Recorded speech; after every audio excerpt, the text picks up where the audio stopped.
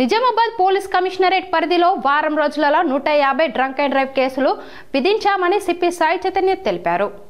Nizamabad police commissionerate పరిధిలోని Armoor, Nizamabad, Armoor, Bodhan division మరియు traffic police station పరిధిలోని అన్ని పోలీస్ స్టేషన్ సమీపాలలో వారి పోలీస్ స్టేషన్ సరిహద్దులలో వాహనాల తనిఖీలు నిర్వహించడం జరుగుతుంది.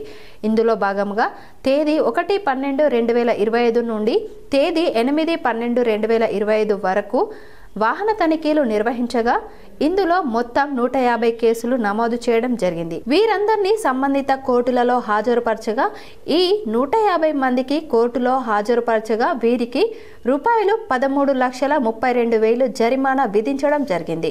మిగతా 21 మందికి వారం రోజుల పాటు జైలు శిక్ష విధించడం జరిగిందని Nizamabad police commissioner P Sai Chaitanya IPS తెలియజేశారు.